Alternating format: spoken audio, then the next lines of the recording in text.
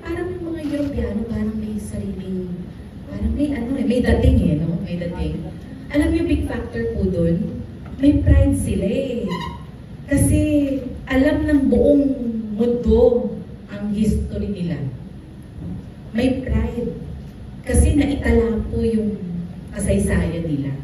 So, tayong mga Pilipino, ang sabi nila, kung may kapintasan po tayo, yung memory daw po natin, maiksi. Hindi daw po tayo matandain sa kasaysayan. Kaya may mga nagaganap sa ngayon, no, na parang simbolo ng hindi natin pagkatuto bilang mga Pilipino.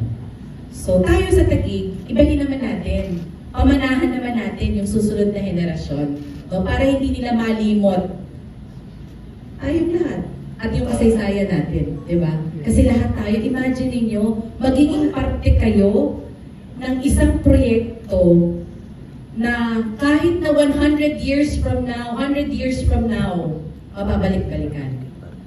Hindi mo ba?